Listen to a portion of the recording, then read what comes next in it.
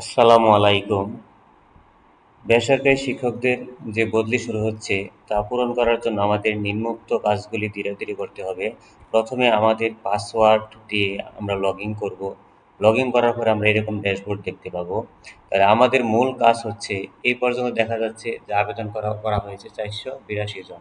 আমাদের যে দরকার তা হচ্ছে বদলির আবেদন। এখানে আমরা ক্লিক করব। এখন বিজ্ঞপ্তিগুলি আমাদের এত দরকার নাই, আমরা পজিশন এখানে ক্লিক করব।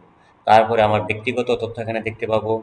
আর এখানে বদলি হতে ইচ্ছুক প্রতিষ্ঠান এখানে সিলেক্ট করতে হবে। বদলি আবেদনের কারণ এখানে আমরা ক্লিক করব। ক্লিক করার পরে নিজ জেলা নিজ বিভাগ দেখা যাবে। আমরা নিজ জেলা সিলেক্ট করলাম। তারপর হচ্ছে এখানে শূন্য পদের তালিকা দেখুন। এই শূন্য পদের তালিকায় আমরা ক্লিক করব। শূন্য পদের তালিকায় ক্লিক করার পরে আমার যে নিজস্ব শূন্য তালিকা এগুলি দেখা যাবে। আমার জেলায় মোট পদ আছে 18টি। এই 18টি পদ হচ্ছে আমি যে পোস্টে আবেদন করব অথবা আমার পদগুলি দেখাচ্ছে, অন্য কোনো পদ নয়। যদিও এখানে 18টি আছে, এখানে দেখাচ্ছে 10টি। এখন আমরা বাকিগুলি কোথায় পাবো? বাকিগুলি দেখার জন্য আমরা এখানে যে এই দেখেন প্রতি পাতার সারি, এখানে আমরা ক্লিক করতে হবে। যেহেতু এখানে 18টি পদ আছে তাহলে আমরা 20-এ ক্লিক করব। 20টায় ক্লিক করলে আমরা 18টি দেখতে পাবো। ক্লিক করলাম। ক্লিক করার পরে দেখেন এই যে 18 পর্যন্ত আমাদের পদ এসে গেছে।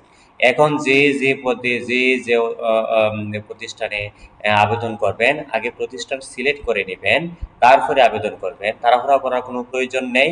তারপরে এখানে সিলেক্ট করলেন, মনে করেন আমি এই প্রতিষ্ঠান এটা সিলেক্ট করব। সিলেক্ট করে ওকে দিব। ওকে দেওয়ার পরে একটা আমরা সিলেক্ট করি, 3টি প্রতিষ্ঠান সিলেক্ট করি।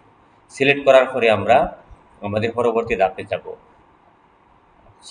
তারপর আমরা আমাদের সাবমিট করব। ভালো করে দেখে তারপর সাবমিট করব। সাবমিট করার আগে আমাদের এখানে দেখতে হবে যে আমাদের প্রতিষ্ঠানগুলি সিলেক্ট ঠিকমতো আছে কিনা।